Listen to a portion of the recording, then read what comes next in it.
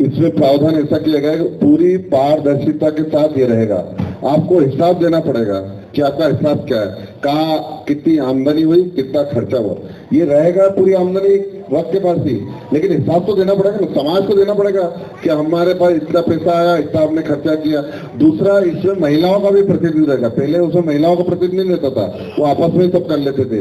इसमें 2 महिलाएं भी रहेगी, पूरी पारदर्शिता के साथ इसमें रहेगा। इसमें कानून के अंतर्गत उनको हिसाब किताब रखना पड़ेगा। तो जब कानून के अंतर्गत उनको हिसाब किताब रखना पड़ेगा तो कोई गोलमाल की कोई गुंजाइश नहीं रहेगी। अब ये जो भ्रम फैला कर रहे हैं वो वही लोग हैं जो इसमें गोलमाल करने वाले लोग हैं, जो पारदर्शिता के साथ ईमानदारी के साथ काम करने वाले हैं। यूसुफ भाई जैसे, वो तो कहते हैं ये आना चाहिए और समाज का पैसा समाज में लगना चाहिए। समाज का पैसा किसी को जेब में नहीं जाना चाहिए, ये समाज का पैसा है, समाज के उत्थान के लिए होना चाहिए। जो हमारी नई पीढ़ी है उनकी शिक्षा के लिए होना चाहिए, हमारे बुजुर्गों के स्वास्थ्य के लिए होना चाहिए। तो ये जो वक्त का बिल आया ये समाज के उत्थान के लिए आया और बहुत सोच समझ के ये आया। इसमें ऐसा कहीं नहीं है कि हमने किसी का अधिकार कम किए, उल्टा हमें अधिकार ज्यादा दिए। अब आपके पास अधिकार है सूचना में कि आप पूछ सकते हो कि इस संपत्ति का क्या हुआ, इसमें जो पैसा है वो क्या हुआ, पूरा हिसाब किताब जान सकते हो और आपके ही प्रतिनिधि उसमें रहेंगे, पूरी तरह पारदर्शिता रहेगा। तो ये एक माननीय नरेंद्र मोदी जी ने एक ऐतिहासिक फैसला किया है, खास करके हमारे मुस्लिम भाई बहनों के लिए। हम उनको धन्यवाद देना चाहते हैं कि इतना ऐतिहासिक फैसला आने वाली पीढ़ी याद रखेगी मोदी जी को कि उन्होंने वक्त ये जो वोट का जो फैसला लिया, ये आने वाली पीढ़ी याद रखेगी कि इतना बेहतर फैसला किया कि इसके उत्थान के लिए काम करेंगे। इसका असर हमें 6 महीने बाद मालूम पड़ेगा, जब सब हिसाब किताब बाहर आएंगे, मालूम पड़ेगा कितनी संपत्ति कहाँ है। हजारों करोड़ों की संपत्ति है। आप बताइए, एक भी कोई हॉस्पिटल बना, एक भी स्कूल बना, एक भी किसी को यतीम को कोई शिक्षा के लिए कोई वृद्धाश्रम बना, कुछ भी नहीं हुआ। ये कुछ ही लोग हैं जो वक्त की संपत्ति को इधर से उधर करते थे, लेकिन अब समय आ गया है कि वक्त की संपत्ति समाज की रहेगी और पूरी पारदर्शिता ईमानदारी से काम होगा। तो ये माननीय नरेंद्र मोदी जी को हम ताली बजा के स्वागत करेंगे कि ऐतिहासिक फैसला करा। और ये तो आज शुरुआत है इंदौर में, और मैं इंदौर भाई आपको धन्यवाद देना चाहता हूँ, यूसुफ भाई आपको धन्यवाद देना चाहता हूँ कि आपने ये अभियान पूरे शहर में, पूरे प्रदेश में और आने वाले कल मोदी जी ने बोहरा समाज से मिलकर शुरुआत की है। ये अभियान अब पूरे देश में चलने वाला है, लेकिन आपने बीज बोया, शुरुआत आपने की। अब देखना ये पूरे देश में किस प्रकार से अभियान चलेगा, पूरे मुस्लिम समाज में अभियान चलेगा।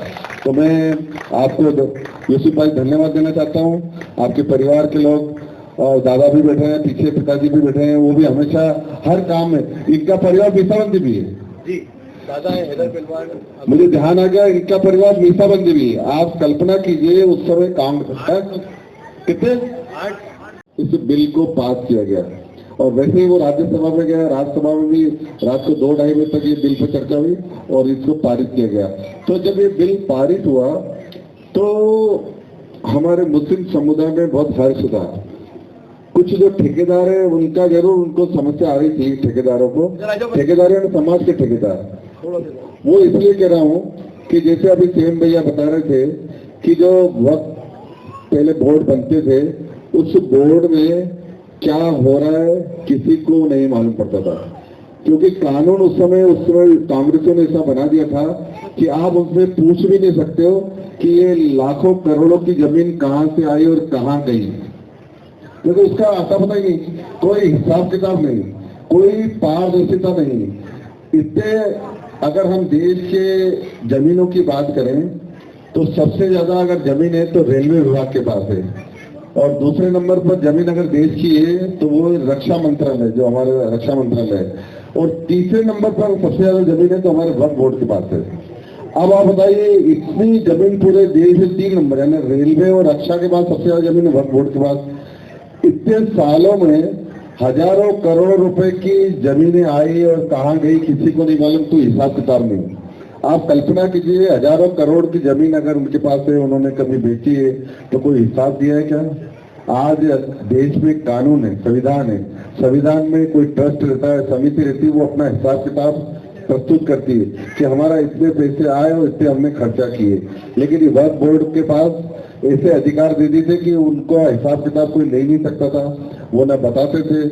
आप कल्पना कीजिए बहुत सारे ट्रस्ट हमने देखे, मैं भी हमारे साझा संस्कृति के जो संयोजक हैं पावर जी और इस क्षेत्र की जो पार्षद हैं संध्या जी, उन्होंने अपने इस वार्ड क्रमांक 6 में एक कार्यक्रम रखा जो कि मोदी जी का शुक्रिया। और इस मोदी जी के शुक्रिया में हमारे यूसुफ भाई जो है, जो हमेशा जब भी कोई ऐसा काम होता है, चाहे सीए का बिल हो, 3 तलाक का हो, जो भी अच्छा निर्णय मोदी सरकार होती है उसके साथ खड़े होते हैं। तो ये पहला कार्यक्रम यूसुफ भाई के नेतृत्व में यहाँ पर हो रहा है और हम देख रहे हैं कि किस प्रकार बहनें ज्यादा संख्या में आई है और उन्होंने मोदी जी का शुक्र अदा किया है कि वक्त बिल के आने के बाद जो संपत्ति है वो समाज से खास करके अल्पसंख्यक बहनों भाइयों के उत्थान के लिए रही है। एक पारदर्शिता के साथ काम होगा। तो ये एक बहुत ऐतिहासिक जो फैसला मोदी जी के नेतृत्व में हुआ है, इसको लेके हमारे अल्पसंख्यक भाई बहनों को बहुत उत्साह है। अभी हमने देखा कि किस प्रकार शुक्रिया शुक्रिया मोदी जी शुक्रिया, तो इस प्रकार का जो उत्साह का वातावरण है ये आने वाले दिनों में पूरे शहर में दिखेगा। और हम देख रहे हैं कि किस प्रकार अल्पसंख्यकों में इस बिल के आने के बाद बहुत ही उत्साह है, उमंग है। कुछ ठेकेदार कहें या विरोधी कहें जो इसका विरोध कर रहे हैं और वो पहले से ही जिस प्रकार के काम करते थे, आज उनकी वो कारनामे बंद होने वाले। अब समाज का फैसला समाज में आएगा, तो ये एक अच्छा फैसला हुआ जिसके लिए आज यहाँ शुक्रिया धन्यवाद मोदी जी का कार्यक्रम हुआ। शहर में कहीं आयोजन कितनी जगह होने की संभावना है? बिल्कुल आज शुरुआत हुई, आने वाले समय में आप देखेंगे कि हर प्रमुख अल्पसंख्यक क्षेत्र में ये कार्यक्रम होंगे।